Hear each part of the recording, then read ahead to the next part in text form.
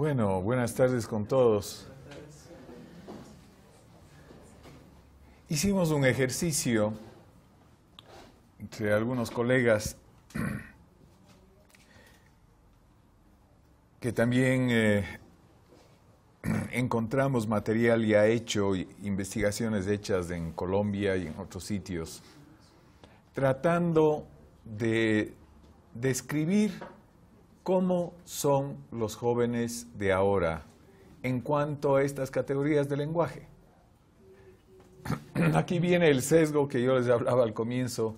Son jóvenes urbanos de ciudades grandes o medianas de América Latina. Realmente más ciudades grandes que medianas, porque algunas de las investigaciones se han hecho en Bogotá o en Quito o se han escrito desde diferentes partes. Sí. ¿Solamente una consulta? ¿Esto ya es dentro del siglo XX o nos quedamos...? Esto ya es dentro del siglo XXI. Entonces, la cuestión era ver cómo podríamos describir al joven urbano de clase media de ahora en cuanto al lenguaje. ¿Y qué es lo que encontramos? Encontramos cosas muy interesantes. Por ejemplo, que hay una diferencia cada vez más tenue entre lo subjetivo y lo objetivo.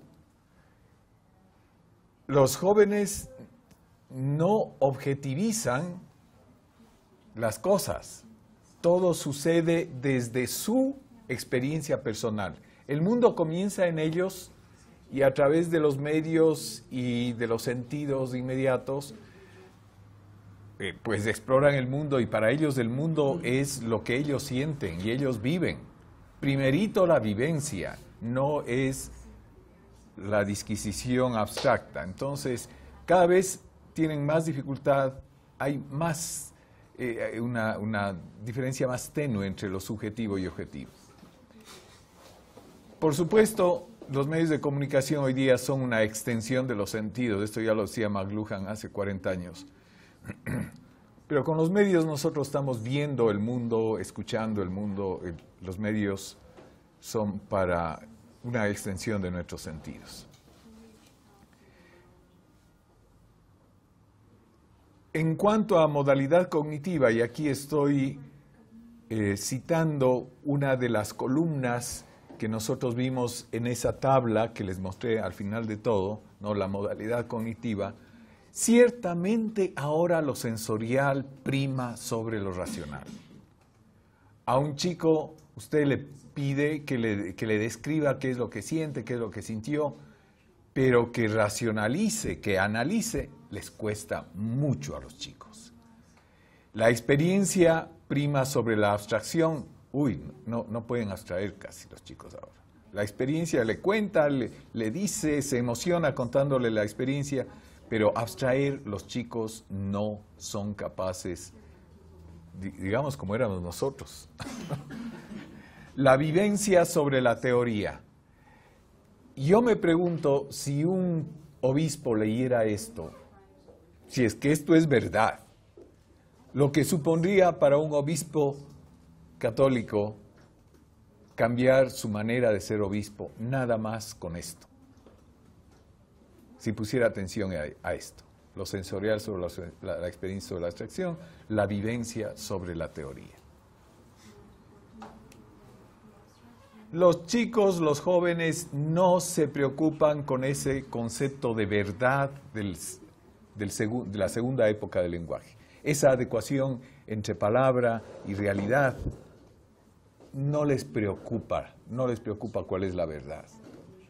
Les preocupa la experiencia. No están obsesionados por encontrar cuál es la verdad. Tal vez en el campo científico, ya cuando se meten a hacer investigación científica, por supuesto que quieren saber cómo mismo son las cosas.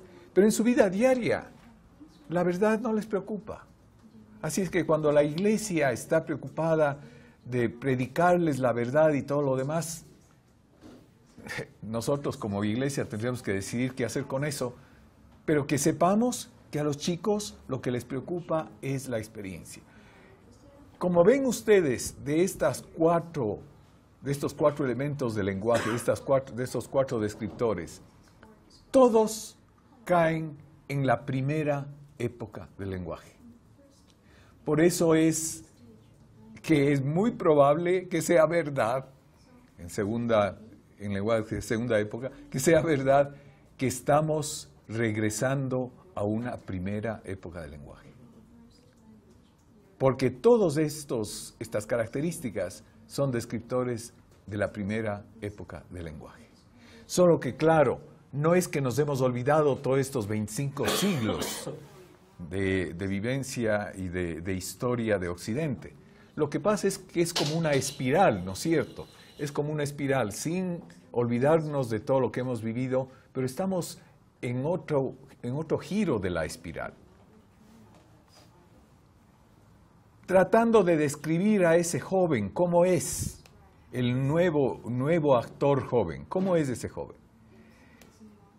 El sentir y el experimentar dicta el flujo de la vida del joven.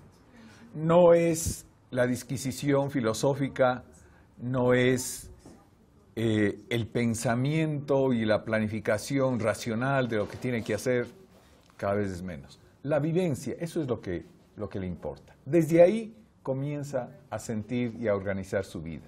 La vivencia. Es una palabra, no sé cómo estarás traduciendo vivencia al inglés. Direct experience. Yeah, but you will have to add a good doses of feeling into it, of likeness, of tasting the good of that experience, you know. It has a little bit of sentiment in it.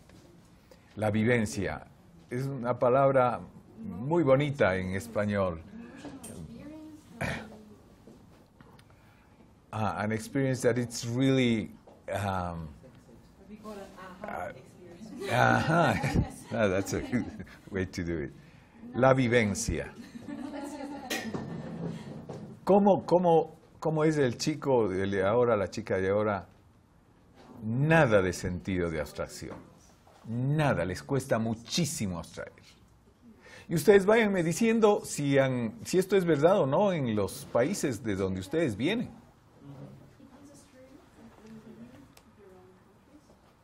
Mira, Sí. me están retratando a los jóvenes cubanos. Me lo están retratando. Incluso me siento en mi propia experiencia con mis hijos, que ni siquiera están viviendo en Cuba, están viviendo en Lima. En todas partes. Actúan más de acuerdo a su vivencia y lo que hayan vivido o la experiencia la recogen, pero no, quizás la palabra un poco fuerte, pero no les importa. Organizan, como bien dice, su vida a través de su vivencia, de lo que ellos están sintiendo. O sea que te estaba oyendo y me estaba interiorizando. Ojalá mis hijos estuvieran aquí escuchándote, porque es así. El mundo, bueno, ya Adalid enfatizó esto mucho ayer desde el punto de vista económico, político, pero el mundo en el que vive es un mundo en que se renueva continuamente. Todo cambia. Todo cambia. No se casan con nada porque saben que mañana la cosa va a ser diferente. Y por eso tampoco se preocupan mucho con los problemas, porque saben que mañana la cosa va a ser diferente. A mí se me ponía la cara como un sol de admiración cuando los chicos, en los primeros años de que yo fui rector, los chicos venían a pedirme permiso para un proyecto, ¿no? Y habían estado trabajando en ese proyecto, venían a pedirme permiso para la aprobación, para hacer, qué sé yo, una pieza de teatro o lo que sea. Y me ponían los argumentos y todo lo demás, y al fin me decían, bueno, nos da permiso. Y yo a veces les decía, no se puede. Yo creí que se iban a caer y que me iba a comenzar a rogar, porque así éramos nosotros. No, bueno, y se iba. Y seguimos. No pasó nada. Es que mañana es otro día, hay otras opciones, hay 10.000 cosas que podemos hacer, qué sé yo lo que pensaban. No se inmutaban. todo cambia, ¿para qué se va usted a estar tratando de sacar un proyecto si mañana podemos hacer otro? Eso mismo pasa con las enamoradas, eso mismo pasa después con los esposos y esposas, igual pasa con la carrera que escogen la universidad, igual pasa con el trabajo, igual pasa. El color del pelo. Naturalmente familiarizados con la incertidumbre. A nosotros los mayores nos molesta la incertidumbre. Queremos saber qué es lo que va a pasar, qué vamos a hacer, cómo vamos a solucionar tal cosa. Parece que los chicos sí tienen incertidumbre, porque hay incertidumbre, pero no les quita el sueño, en absoluto. No se les va la vida ahí. No se les va la vida, no se les va la vida, porque saben que hay tantas cosas, el mundo mismo se mueve a tal velocidad que van a tener tal vez una cosa mejor mañana, y ellos lo saben, por experiencia lo saben eso, ¿no? Las tecnologías de la imagen han habilitado nuevas maneras de celebración en comunión y de trascendencia individual. Esto es importante para los que estamos haciendo liturgias en la iglesia. La celebración de la vida es importantísima para los jóvenes también. Ellos tienen que celebrar la vida. Y las tecnologías de la imagen, ustedes saben, las muchas tecnologías de la imagen que hay hoy, les han posibilitado celebrar la vida y cada vez hay maneras nuevas. Yo estoy casi 10 años ahí de rector en el colegio. Los últimos 2 años, las fiestas que ellos organizan, les dejamos organizar 1 o 2 fiestas al año a los chicos mayores. Y se sacan el aire organizando muy bien las cosas. Pero los últimos 2 años, inclusive la manera de bailar es diferente. Realmente no bailan, van a saltar nada más. Ya no hay canciones.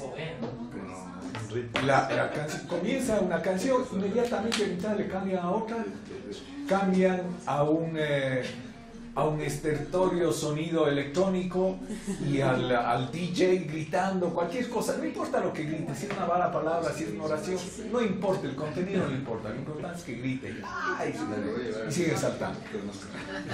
Yo les pregunté a los chicos, yo dije, chicos, oigan, yo no pagaría por eso, eso es una estafa, no me han dejado bailar una sola canción completa. ¿Les gusta a ustedes? Sí, dice, sí nos gusta. No importa, dice que no. No, sí, saltando nada más. No bailan, no, pues saltamos nada más. Otra cosa, ¿no? Las maneras de celebración. Y claro, cuando viene un cantante famoso a un estadio y ahí tiene ocasión de bailar y de moverse, es una celebración increíble. Ahí hay una liturgia. Es toda una liturgia. Es una liturgia de celebración.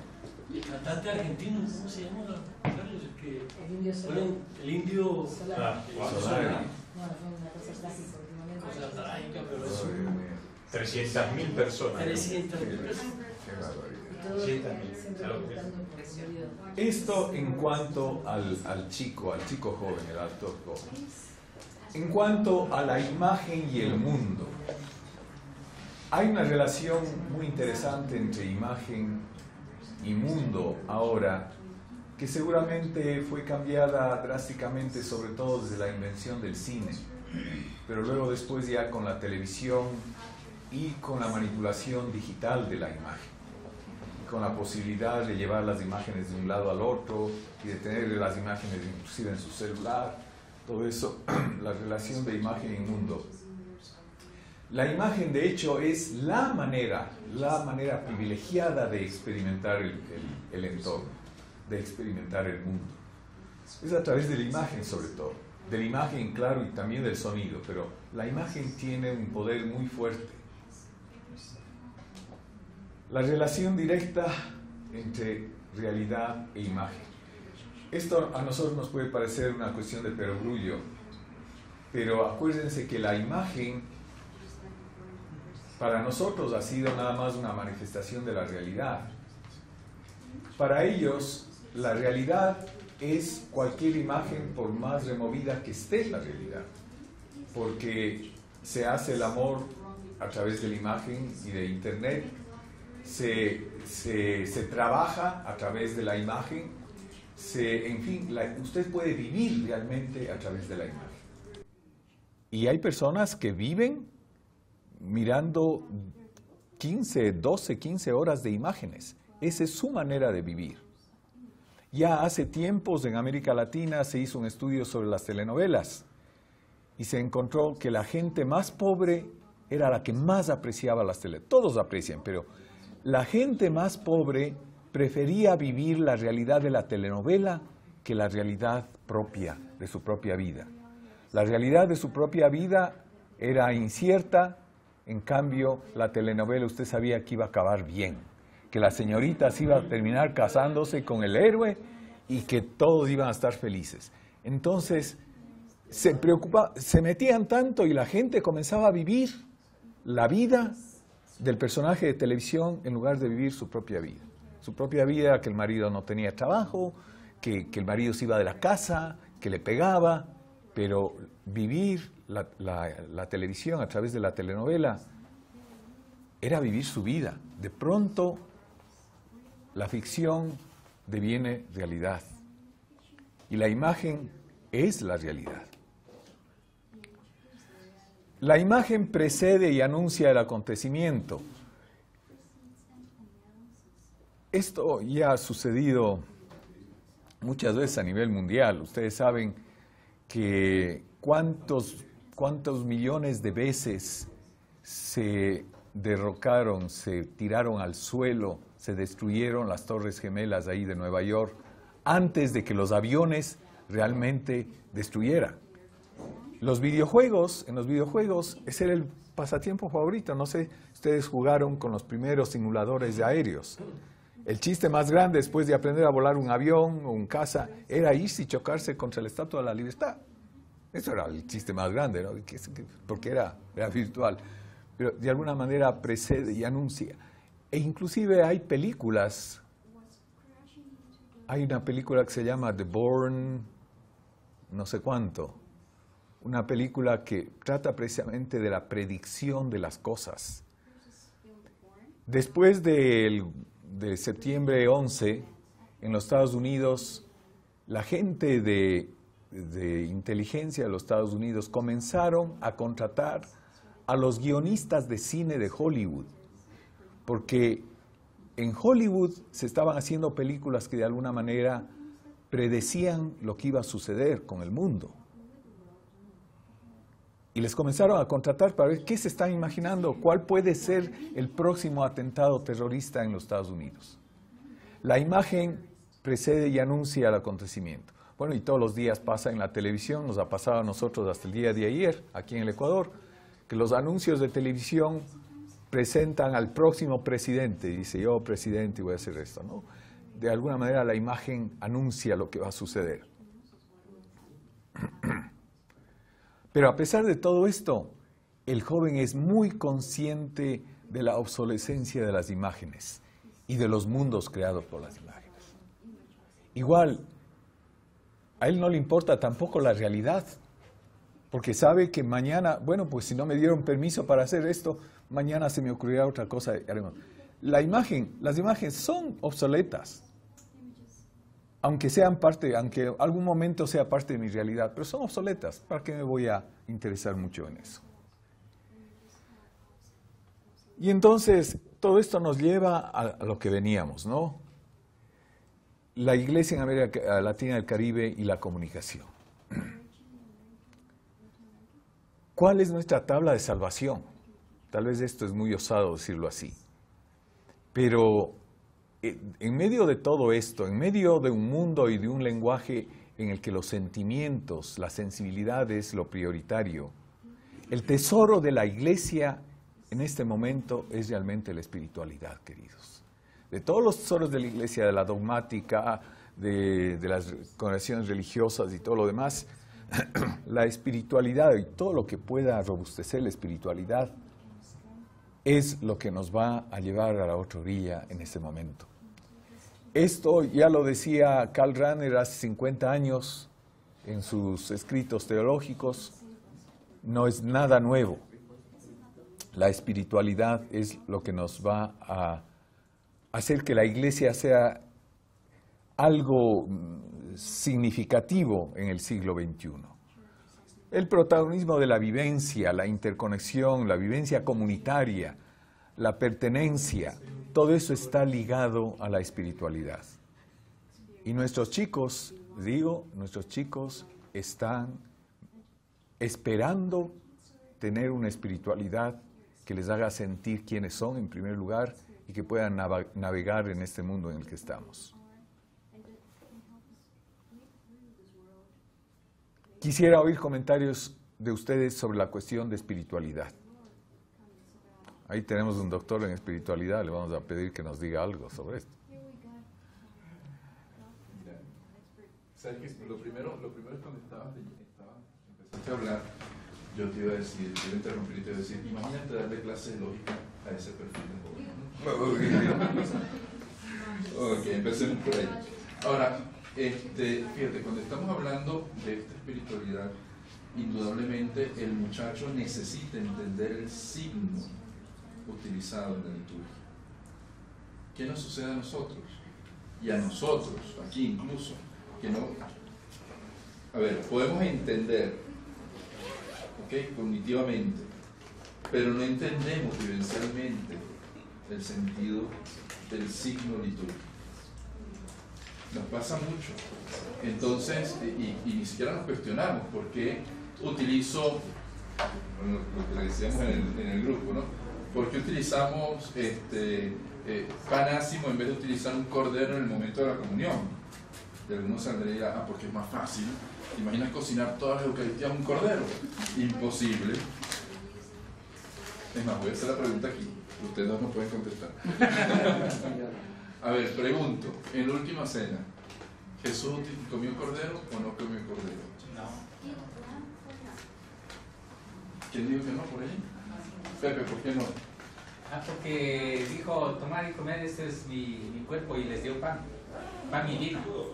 Pero porque había pan y vino y no había cordero. Era una cena pascual. Porque, no sé, al menos no se dio una mesa. El cordero era él. No. Es una razón muy sencilla, una razón histórica. La Pascua en tiempos de Jesús ya no se comía cordero. Porque después de haber estado en Babilonia, ¿verdad?, el pueblo de Israel empezó a celebrar nada más con pan ácimo, porque en Babilonia no pueden celebrar con cordero. Entonces el pan ácimo ya representaba el cordero. Y cuando él dice, tomen y coman, y parte el pan, está haciendo el gesto del sacrificio del cordero. Y entonces él se está identificando con el cordero, que a la vez en la cultura judía es el pan. Entonces, claro, si nosotros no penetramos ese sentido simbólico, vivencial, porque la liturgia está cargada de vivencia, si no penetramos eso en nuestras celebraciones, ¿cómo lo vamos a transmitir al muchacho? Entonces eso yo creo que es importante, es como el punto de partida. Por otro lado, mira, cuando decías que el lenguaje hoy en día es más experiencia que teoría, y decías, ojalá un obispo entendiera esto, pues yo estaba pensando en uno que tú conoces, en Baltasar, ¿verdad? Y estaba pensando también pues en Monseñor Mariano Parra. ¿Cómo son capaces de acercarse a la gente, a escucharles, a compartir, y desde allí entonces enlazar con esa experiencia también de Dios? Entonces, ¿hacia dónde nos llama todo esto? Pues a basar la espiritualidad en una experiencia de vida. Yo creo que esta mañana pudimos tener esa sensación, pues. O sea, la liturgia de esta mañana fue netamente experiencial. O sea, netamente vivimos una experiencia juntos. ¿Y por qué? Porque allí es el punto de partida, de encuentro de la comunidad cristiana. Y luego elaboramos el discurso desde cómo Dios nos salva a nosotros. Es decir, haciendo enlace con lo que tú decías esta mañana, volvemos a ese lenguaje poético, pero que en lugar de ser el protagonista, el pueblo de Israel, es nuestro pueblo, somos nosotros. Creo que por allí va un poco esta vivencia espiritual de hoy en día, ¿no? Y lo que necesitamos. O sea, nuestro pueblo necesita una experiencia espiritual, más que doctrinas espirituales incluso. Vivir la experiencia y después informar la experiencia con la doctrina para volver luego a la vida. Pero tengo que partir de esa experiencia. Eso me parece muy importante lo que acabas de decir. En la experiencia que hemos tenido en el colegio, nos ha servido muchísimo. Claro, nosotros seguimos muy de cerca la espiritualidad ignaciana, y la espiritualidad ignaciana está basada primero en el reconocimiento del propio espacio espiritual de cada persona. Cada persona, ustedes saben, Ignacio Loyola era un aficionadísimo al examen de conciencia, a examinarse, a ver en dónde estoy yo, qué es lo que me ha pasado, y hacer eso 2 veces al día por lo menos, y apuntar qué es lo que me pasa cada día, de tal manera que una semana tenga yo una especie de portfolio de lo que yo he hecho y de lo que yo he sido, y cómo he ido pasando de un momento a otro espiritualmente. Hemos visto que eso a los chicos de hoy les encanta entender qué es lo que pasa dentro de ellos, y les encanta ver el camino que han hecho, y les encanta hablar de eso. Los chicos de ahora, en el colegio al menos, van a confesarse con mucha frecuencia, porque van a hablar de ellos, y les encanta hablar de ellos y ser escuchados, por supuesto. Es, como quien dice, establecer por un lado la identidad de cada uno, porque con esto, al hacerse un examen, tú estás estableciendo la identidad, y esa es la condición sine qua non para vivir cualquier espiritualidad. Tú tienes que saber que estás vivo, que tienes ciertos sentimientos, y de ahí viene todo lo demás. Y en segundo lugar, porque creas lazos. La penitencia, la confesión, es un sacramento bellísimo de robustecimiento de la comunidad. Y los chicos van dándose cuenta que eso es. Los chicos de 12 años se confiesan, pero por docenas. Conforme van creciendo, se confiesan menos. Y llegaba un momento en que los chicos de 17 años casi no se confesaban.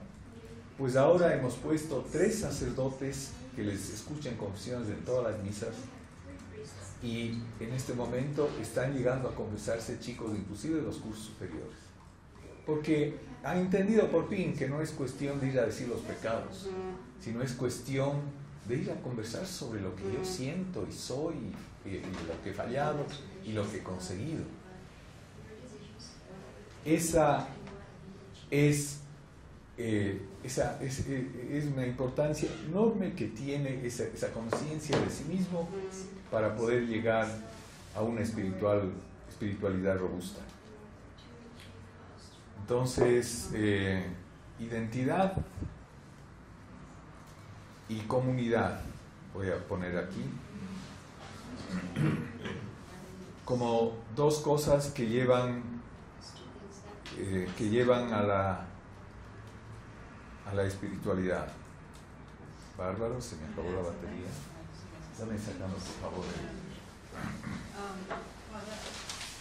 I'm also thinking that we spoke earlier about symbols, and that using the senses, all the senses of sight, smell, sound, these are ways of getting young people to turn inwards. So it's important what imagery you use, even at Mass, to have the altar designed in a way that will be attractive to young people. The music that they hear, that is attractive to young people, and help them then to experience through all of their different senses, but then they can transcend experience within. Para que puedan experimentar. Experience the spirituality. But what was your question? But because No, what that you're question. saying is truth. Yeah. True. Yeah. Llegamos a lo espiritual a través de los sentidos. Todos llegamos a través de los sentidos. Los sentidos son la puerta realmente, y por eso son tan importantes. Disculpen, aquí está otro sesgo, y yo les advertí. El sesgo de la espiritualidad ignaciana, antes de darte la palabra. Ignacio de Loyola, y esto es otra cosa que les encanta a los chicos cuando lo comprenden. Ignacio de Loyola les hacía un ejercicio que se llama repetición de sentidos. Hacía una meditación, una observación del pasaje bíblico, por ejemplo, el nacimiento de Jesús. Entonces Ignacio de Loyola oraba con José, hablaba con María, hablaba con el niño que se sentía en la cueva de Belén, así es oración. Y después repetía la oración, pero nada más sentido por sentido. Es decir, ¿qué es lo que veo? Lo que veo. ¿Qué es lo que escucho? Cierro los ojos, pero ¿qué es lo que escucho? ¿Qué es lo que siento, lo que toco con mis manos? La repetición de sentidos, y con los 5 sentidos del ser humano. Los sentidos, bueno, esto les decíamos a los chicos del colegio, oigan, aprendan a disfrutar de la vida con los 5 sentidos, no solo con los earphones aquí, ¿no? Sino con los 5 sentidos. Aprendan. Les gusta mucho porque es incentivar todavía más la vivencia, hacerla más fina, ¿no? Y eso les encanta. Entonces sí, la cuestión de los sentidos es absolutamente importante, y pues para la liturgia y para la espiritualidad también. Sí. Yo tengo una experiencia muy grata sobre la espiritualidad y los sentidos, porque la espiritualidad, como hombre de cine que soy, ¿no?, de crítico de cine y demás, la veo como la vivencia de contar historias que se han vivido, que es mejor que las imágenes que podemos ver a través del audiovisual o el cine. Yo tengo un pequeño cineclub e hice un ciclo de cine y espiritualidad, no con el llamado cine blanco, ¿no?, sino con el cine que transmitiera un mensaje con una espiritualidad, y personas que no iban a la parroquia fueron interesadas y fueron a ver el cine, obviamente películas gancho que tuvieran un contenido. Y después ya no solo iban al cine, ya después iban también al templo, iban después a la iglesia. Y me di cuenta, las enseñanzas también de Luis García Orso, del poder tan grande que tienen las imágenes en el quehacer de llevar la espiritualidad. Por eso tengo un sueño, que lo hablaba ayer con Isabel y con Carlos Ferraro, hacer un festival latinoamericano de cine y espiritualidad. Tengo ese sueño, que Dios quiera que algún día lo pueda ver. Oye, sería un festival y todo un simposio para compartir. Fabuloso, tengo ese sueño, ¿no? Pero es que veo que el audiovisual, el cine, es una herramienta que está en nuestras manos para transmitir esa espiritualidad, porque no hay obra artística cinematográfica que nos lleve a una espiritualidad. Así es. Sí. Tú sabes que hay una definición, tal vez muy laica, yo diría que no solamente laica, sino que es una definición muy universal de espiritualidad que se está usando hoy en día, ¿no?, y que está trascendiendo el aspecto religioso. Y yo creo que nosotros a veces, aunque lo vivimos así, pero a veces nos alejamos de esa definición por quedarnos nada más en el aspecto religioso. Y se define espiritualidad como la relación existente entre el ser consigo mismo, el ser con el trascendente, con la naturaleza y con el otro, con el hermano, que van a ser como las cuatro vertientes de una espiritualidad bien vivida. Es decir, lo que tú decías ahorita, el autorreconocimiento, el encontrarme conmigo, el saber que yo existo, saber que existe el que está a mi lado, el prójimo, con todo el contenido que tiene esa palabra para nosotros, como tú decías. El saber que hay un trascendente que nosotros llamamos Dios. Y el saber que estoy en una naturaleza, en una ecología, toda esta línea ecológica hoy en día, ¿no? Cuando empezamos a crear esta base común para entendernos, mira, el ecumenismo y la interreligiosidad son posibles. Son posibles. Cosas interesantísimas.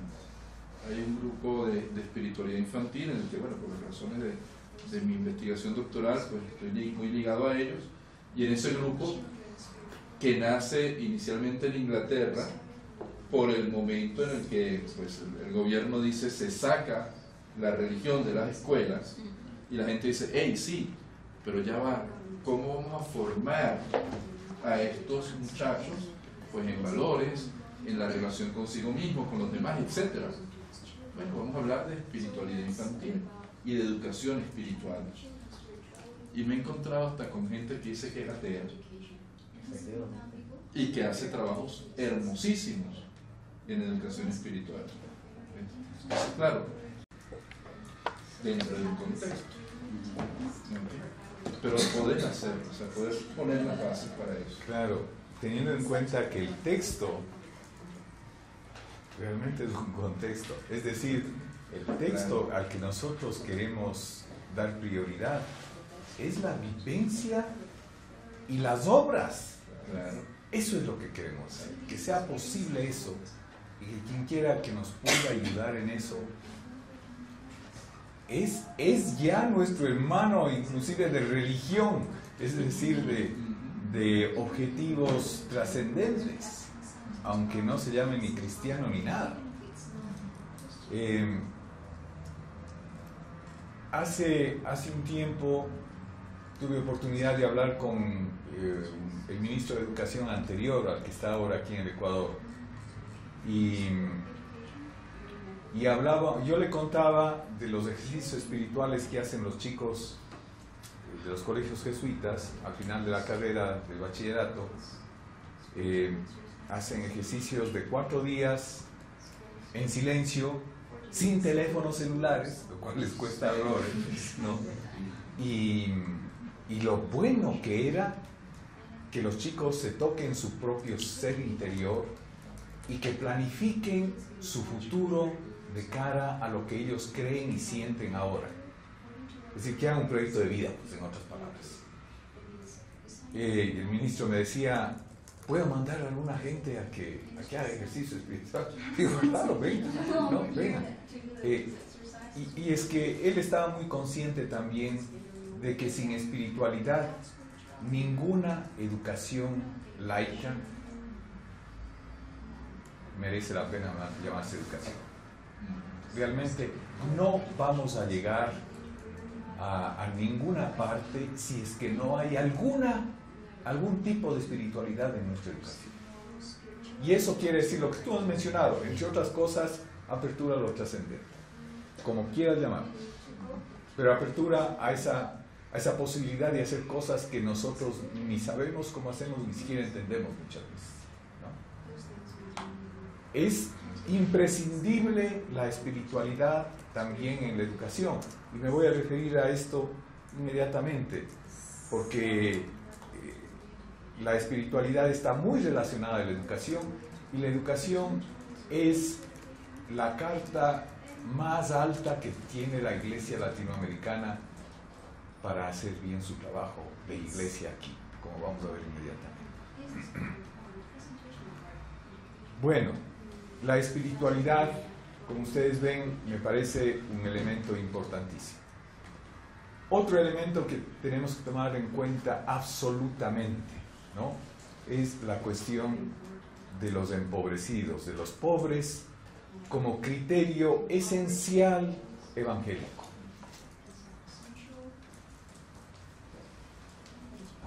Dios se hizo pobre como se hizo hombre. Los grandes dogmas de la Iglesia Católica, muchos de ellos están ligados con eso, ¿no? Con el Dios que baja, que se hace hombre, que se hace carne, que se hace pobre y viene y apuesta por los pobres. Cuando hablamos de Jesús, yo leía con mucho gusto el libro sobre Jesús, una aproximación histórica de Pagola, el escritor español. Salió ya casi 20 años, pero realmente es un libro muy fácil de leer, muy fácil de conseguir, además, que puedes conseguir por internet. Y yo me preguntaba, ¿qué experiencia de pobres tuvo Jesús? ¿Quiénes eran los pobres para Jesús? Bueno, los que él vio y él experimentó. Entonces, tratando de hacer un estudio histórico de los pobres en tiempo de Jesús, según Pagola, pues, dice que en Nazaret era un pueblo de 20 o 30 casas en tiempo de Jesús, o sea, había 200 personas a lo más ahí, ¿no?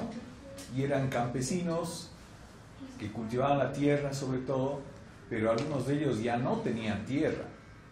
Entonces, en ese tiempo, el campesino que había perdido su tierra por deudas o porque tenía que pagar impuestos, tenían que pagar impuestos a Roma, tenían que pagar impuestos a Herodes y a los reyes locales, y no se sabe si en Galilea tenían que pagar impuestos del diezmo al templo también. Ahí están debatiendo si es que tenían o no tenían que pagar.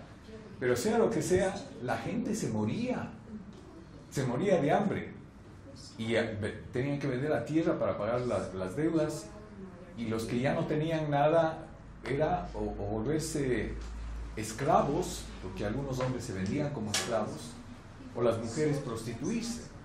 O sea, era una pobreza terrible, y la mayoría de la gente era pobre. ¿Quiénes eran los poderosos? Pues Herodes, los romanos que estaban por ahí, los que estaban con el ejército de Herodes, porque parece que ejército romano no había ahí en Galilea, en Jerusalén, estaban más por el lado de Siria. Los cobradores de impuestos, los que estaban allegados al templo, los dueños de los grandes territorios, los que administraban las tierras de los ricos, pero eran una minoría. Y Jesús ciertamente tuvo un corazón abierto para la gente pobre, para los leprosos. A mí me conmueve pues enormemente ver a un Jesús que es capaz de tocar a los leprosos, con todo lo que significaba un leproso en ese tiempo, y aceptar a las mujeres en su grupo, y aceptar a los extranjeros, y hablar con todos. Ustedes lo habían notado esta mañana, ¿no? Este Jesús está abierto al diálogo con todos. Pero que ciertamente, lean ustedes Mateo 25. Mateo 25, ahí en el capítulo 25, Jesús pone el escenario más grande, no es una parábola, pone una escenificación, no puede ser más espectacular, pues, ¿no? Está diciendo, al fin del mundo, ya cuando todas las cosas estén hechas, o al fin de su vida, Dios con todos sus ángeles va a estar ahí sentado en su trono y va a llamar a la humanidad o a usted y decirle, a ver qué hizo con su vida. ¿Y cuál va a ser el criterio? Vente aquí conmigo porque tuve hambre y me diste de comer, tuve sed y me diste de beber, etc. ¿Y cuándo, Señor? Dice, es que cuando lo hiciste con uno de los más pequeños, de los más pobres, lo estabas haciendo conmigo. El criterio es el pobre. Por eso la teología latinoamericana, al rescatar el pobre como punto central y ponerle predilección por el pobre, opción preferencial, está haciendo caso a uno de los criterios fundamentales de Jesús. Y cuando él estaba pensando en pobre, no estaba pensando en la pobreza sociológica que tenemos nosotros ahora, sino estaba pensando en los pobres que él conoció, en esa gran mayoría que en todas las civilizaciones han existido, ¿no? La gran mayoría de gente pobre y un pequeño grupo de gente que controla todo. La opción de Mateo 25 es absolutamente indispensable para nosotros aquí en América Latina. Si ustedes ven la historia mundial, en la historia de la democracia es precisamente el gobierno de la gente, de todos.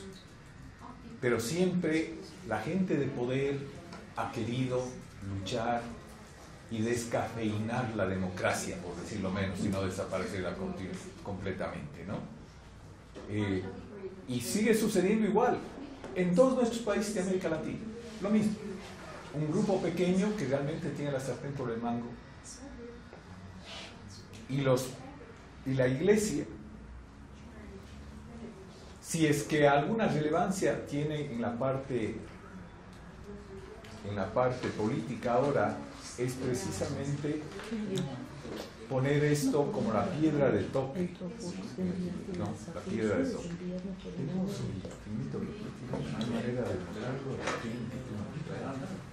para lo que vamos a ver. Por otro lado, los pobres en la historia eclesial han sido una de las actividades que la iglesia ha tenido durante toda su vida.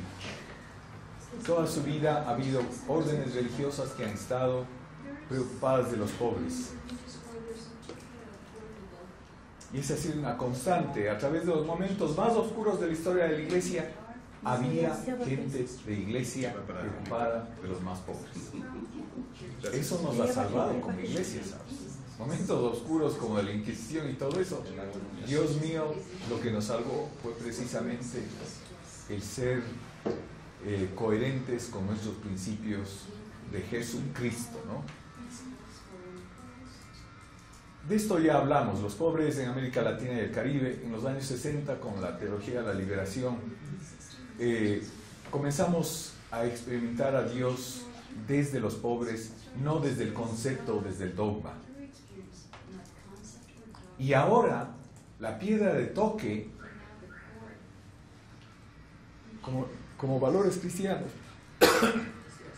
es precisamente la opción por los pobres.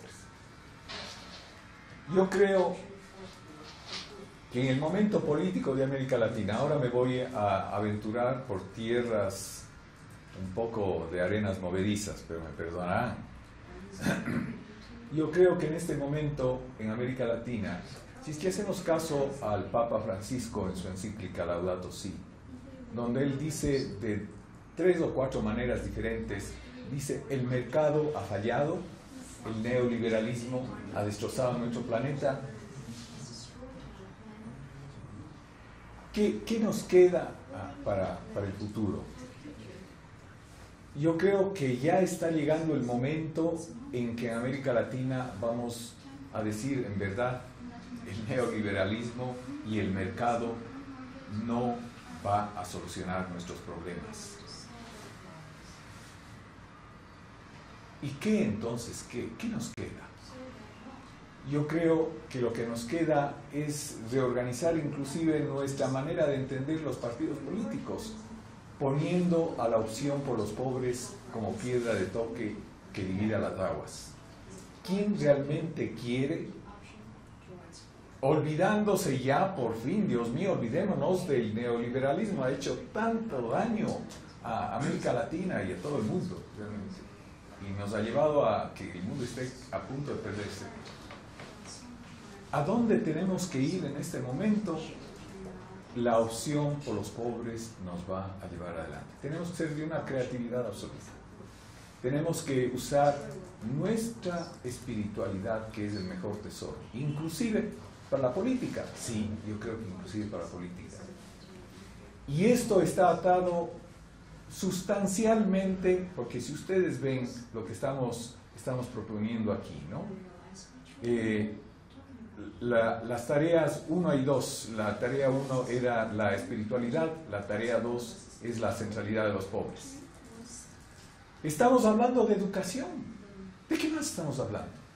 Estamos hablando de educar a la gente para que aprenda a reconocer lo que es y para que aprenda a reconocer a los pobres y la necesidad de realmente hacer una sociedad más justa y más equitativa. ¿Y dónde tenemos eso? En la Iglesia Católica tenemos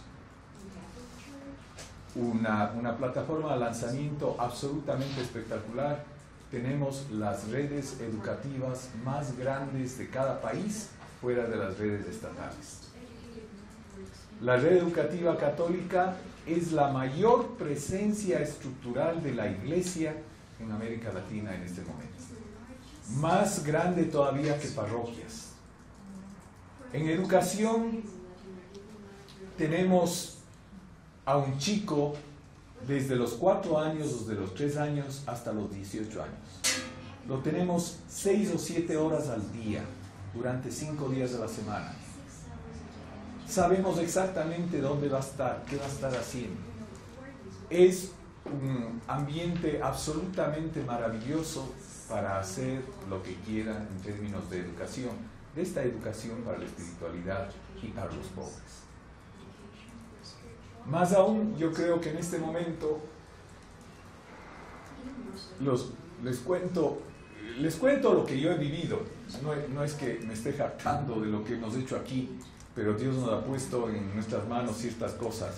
Los 6 colegios jesuitas de aquí del Ecuador, fuimos a visitar a los colegios jesuitas en Barcelona, a las hermanas de Montserrat del Pozo por allá, y decidimos seguir el mismo plan educativo que tienen ellos. El Ministerio de Educación se enteró de eso y mandó 2 personas, mandó a su viceministro, que ahora es el ministro, y envió también a la rectora de un colegio muy grande de aquí de la ciudad de Quito.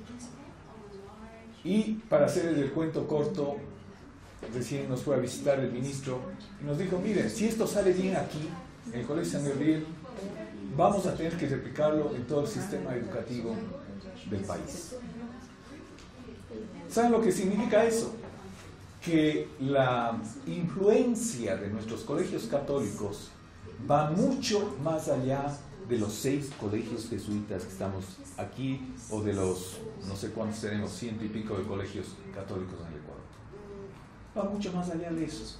Como que América Latina está esperando que la Iglesia use sus mejores tesoros para hacer un bien enorme a toda la educación latinoamericana. Entonces, educación y espiritualidad es una dupla que puede ser la clave para un trabajo significativo de la Iglesia en los próximos años. Además de que la Iglesia tiene mucha credibilidad en América Latina, y bueno, y al final les pongo nada más esto: el uso de los medios, no solo para el mensaje, sino para formar la comunidad. Tenemos, queridos, 18 minutos antes del cierre. ¿Qué más podemos añadir a esto? Vamos a ver un filmito de lo que nos dice el Papa Francisco sobre estas cosas. Yo no me he ocupado y apenas citado Laudato Si, porque vamos a tener una conferencia sobre eso en unos minutos más. Pero veamos este film. Allá tuvimos, ¿no? ¿Lo vieron? ¿Lo vieron todos? Sí. ¿Cuál? ¿Sale una visita? Con adulti nelle scuole di qualche parola. Come il nostro compromesso, il nostro lavoro oggi in Italia, nel mondo, può essere gesuitico, può essere evangelico. Coinvolgersi nella politica è un obbligo per un cristiano. Noi cristiani non possiamo giocare da Pilato, lavarci le mani, non possiamo. Dobbiamo immischiarci nella politica, perché la politica è una delle forme più alte della carità, perché cerca il bene comune. E i laici cristiani devono lavorare in politica. Lei mi dirà, ma non è facile, ma neppure è facile diventare prete. Non ci sono cose facili nella vita, non è facile. La politica è troppo sporcata, ma io mi domando, è sporcata perché? Perché i cristiani non si sono mischiati con lo spirito evangelico? È una domanda che ti lascio. È facile dire la colpa di quello, ma io cosa faccio, no? Ma è un dovere. Lavorare per il bene comune è un dovere di un cristiano e tante volte la strada per lavorare è la politica. Muy bien. Como ven, esto nos lanza directamente a la vida. Estoy convencido que en América Latina este rato necesitamos una creatividad suprema, contando con este elemento tan imprescindible, tan importante y decisivo como es el lenguaje, esas 3 etapas del lenguaje. Pero ciertamente necesitamos una creatividad enorme para que como cristianos podamos soñar, diseñar y ejecutar la América Latina que se viene. Vamos a tener que inventarnos muchas cosas. Y una de las cosas más importantes que tenemos que inventarnos o reinventarnos es la parte educativa. En algunos países de ustedes, me lo han dicho, hay problemas con las escuelas católicas. Están cerrando algunas escuelas católicas. Hay problemas financieros en las escuelas católicas, pero también hay soluciones muy creativas.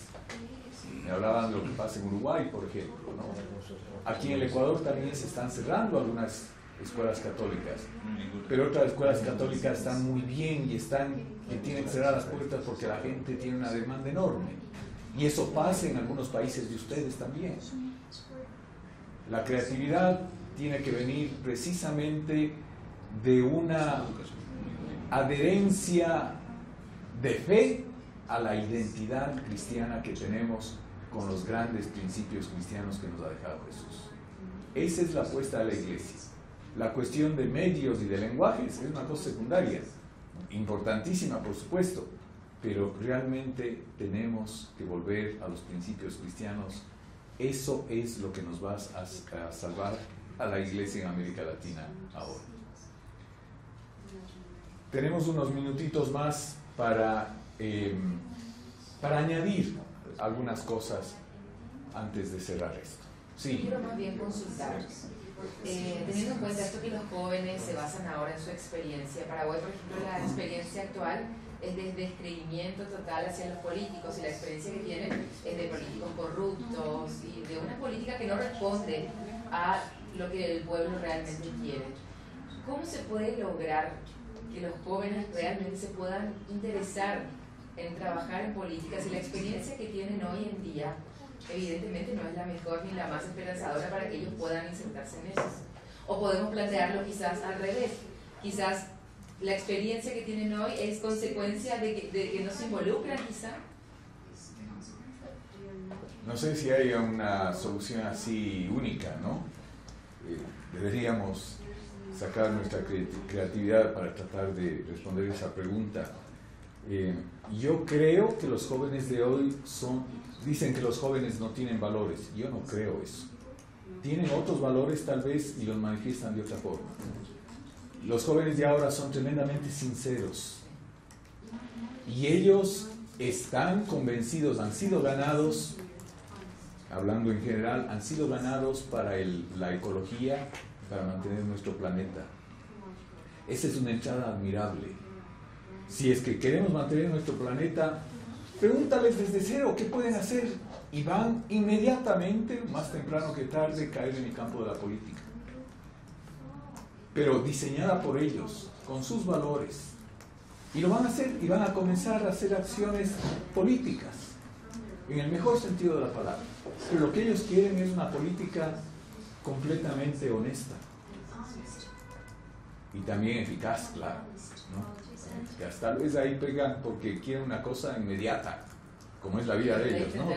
Hago esto y mañana ya está. No es así, pero bueno, por ahí aquí creo yo. Sí. Yo también creo que es cuestión de darles a ellos espacios, porque a veces en la misma iglesia decimos es que queremos que salgan políticos, queremos que salgan gente, pero no damos espacios para que haya acciones de política dentro de nuestras parroquias, dentro de nuestros colegios, dentro de nuestras universidades. Entonces, yo tengo que ser coherente con el discurso que estoy planteando. Si yo quiero que mis jóvenes sean políticos, yo tengo que formarlos para que sean políticos en el liderazgo, en la acción, en la solidaridad, y acompañarlos en todas estas acciones.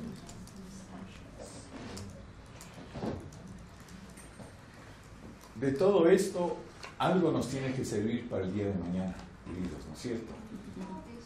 ¿Servirá? ¿Servirá algo para el día de mañana? Hay muchas cosas más que tocar, muchísimas cosas más. Las que me han parecido importantes se las he puesto sobre la mesa, pero seguro que ustedes pueden poner todavía muchas más. Quizás les sirva todo esto que hemos visto el día de hoy. Yo les agradezco enormemente por su atención y bueno, estaremos en contacto. Muchas gracias.